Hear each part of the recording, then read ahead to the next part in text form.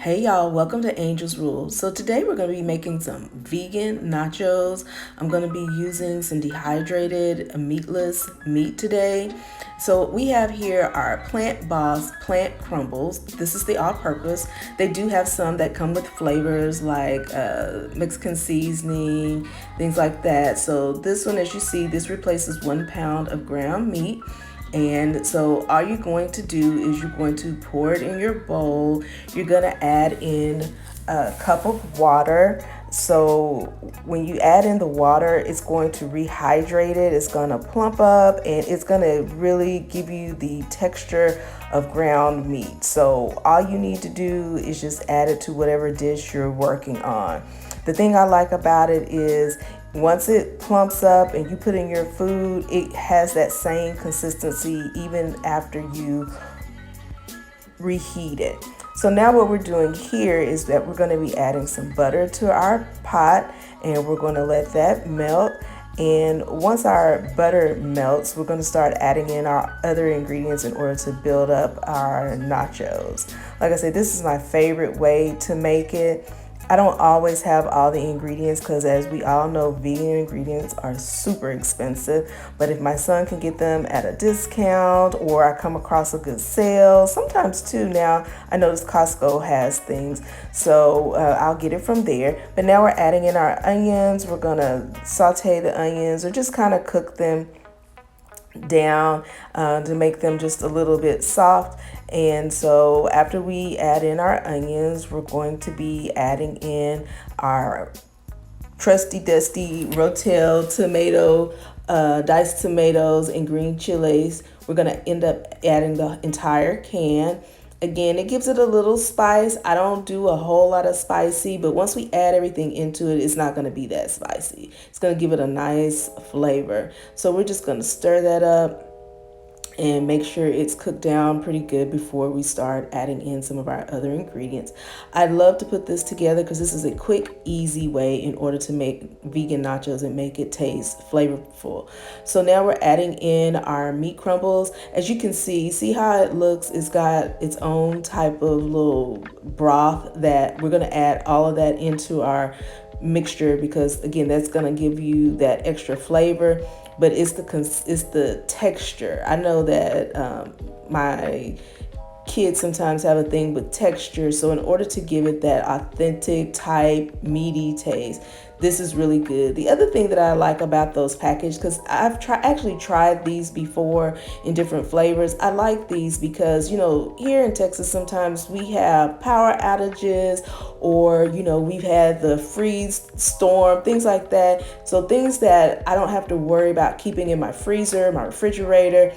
If we get a chance and the electricity comes on, I can cook it up really quick. So anyway, now we have our meat is marinating with the rotel and the butter, and we're just kind of letting it simmer. And now we're going to end up adding some of our country bean seasoning. And the country bean seasoning really is our go-to if I'm going to make a Mexican dish. It's something about the flavors. It gives it, instead of using taco seasoning, enchilada seasoning, I always substitute this in because it has the nice flavor that you want, but it gives it a little something else. Don't ask me what the something else is. I'm not really sure, but it gives it something else. And so once you get that to go on, we're going to end up putting our cashew milk cream cheese. This is the Miyoko's. It's really good. This is a really good brand. I love this brand. It's made with cashews. So we're just going to add that in a little bit at a time, and we're going to let it melt in there and let it get nice and creamy. So again, the thing I like about this particular meat that I'm using, sometimes when you use vegan meat, if you cook it too long, it will break down, it'll get mushy. The texture doesn't always end up right. So as you see, this is really cooking, and once we start adding in the cream cheese and add in our milk and things like that, it's not gonna get lost. You're still gonna have that nice little meaty texture along with the flavor from everything else that you're adding in. So we're just going to keep stirring until we get all the cream cheese nice and melted.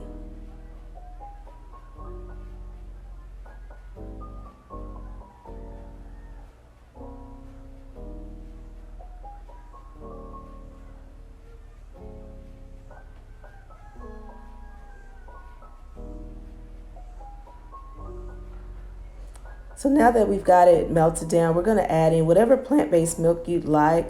I believe the one that I used for this particular one was oat milk. So I usually just use whatever I have because I feel like the only thing I do say about using milk to cook like nachos and different macaroni, things like that that call for milk, I always get unsweetened. You never want to put, or at least I never put the vanilla flavor or anything like that. So I always want it unsweet. As my kids say, you don't want sweet in your meat. So I make sure that my plant-based milk doesn't have any sugar in it. And I had some provolone cheese that I had. Also, I have this Violife cheddar. I'm just adding in whatever cheeses I have at the moment. These two work particularly well, so I'm really glad that I had these on hand in order to put it together. But you just put that in there. And again, you can put whatever cheeses that you have on hand or you could find that was on sale or whatever. But I always like to put at least 2 different ones. Sometimes if I even have 3 different types of cheeses, I add them in because they all have their different flavor and it just gives it a little extra something. It gives it more depth to the nachos. And then too, it makes it a little bit more creamier. At least I think so. So now that we've put that cheese in, we're just going to let it cook down. That's the provolone. I had chopped it up because I think it melts a lot better and more even if I chop them up and then just put them in there and just stir it up and let it melt.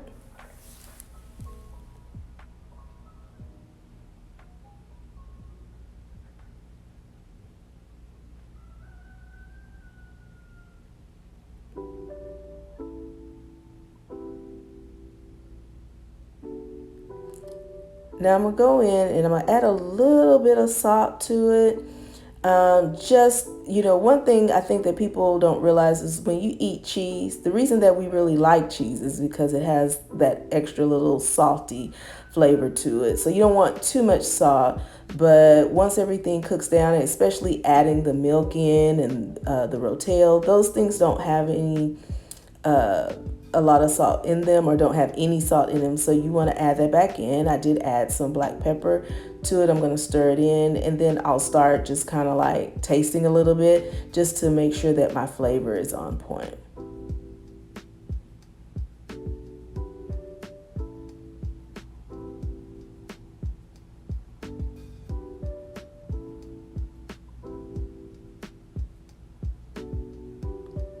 Oh, don't forget the garlic. I had to add a little bit of garlic. You can't cook anything without adding just a little bit of garlic to something.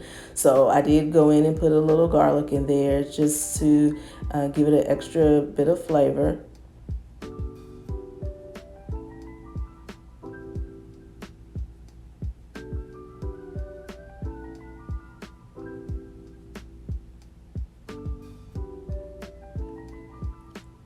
I added a little more milk just because I felt like it was a little too thick. So I don't want it thin, but I don't want it too thick. This batch probably will last us a couple of days. There'll be 3 or 4 of us eating it. So just for our family, I cook usually for 3 of us, but every now and then one or sometimes both of my sons will eat. So the batch that I'm making now with that 1 pound package of ground meat will last for 2 days, and we'll eat it tonight and then we'll probably eat some for lunch and maybe have just a little bit we want to finish it off for dinner. So that's that. Like I said, that would feed quite a bit. And then my husband, my sons, they eat quite a bit, so it does go a long way. So now I'm just kind of tasting it and make sure that the flavor is where I want it.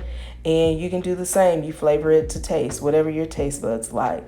So that's kind of how I do it. And I decided, again, let me add a little bit more milk because as that cheese melts down, that cheese is going to make it extra creamy. But I don't want it to be too thick. I want it to go onto the chip and be able to look like the texture that I like, the creaminess that my family likes. So you can add more milk if you like, or you can leave it extra creamy if that's what you like. That's just what we like, so that's what I'm gonna do.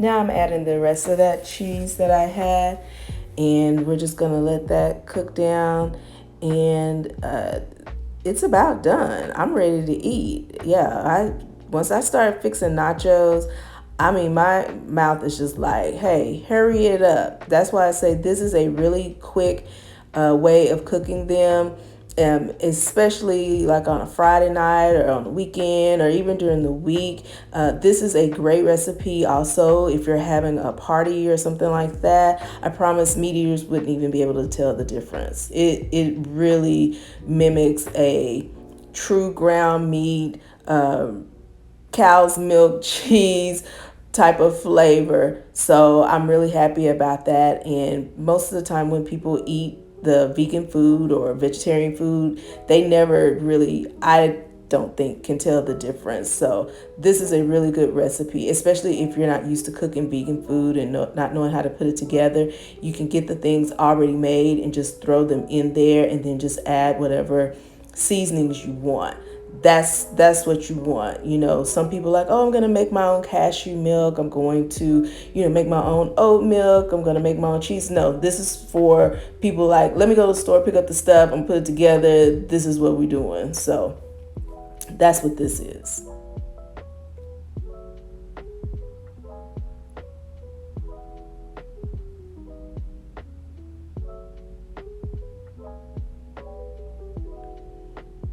Okay, so I'm gonna give it one more taste. Don't come for me about my fork. I'm not sure why I was trying it with a fork. I could have easily gotten a spoon, but I didn't. So it is what it is. But I felt like at this point it probably was what it needed to be.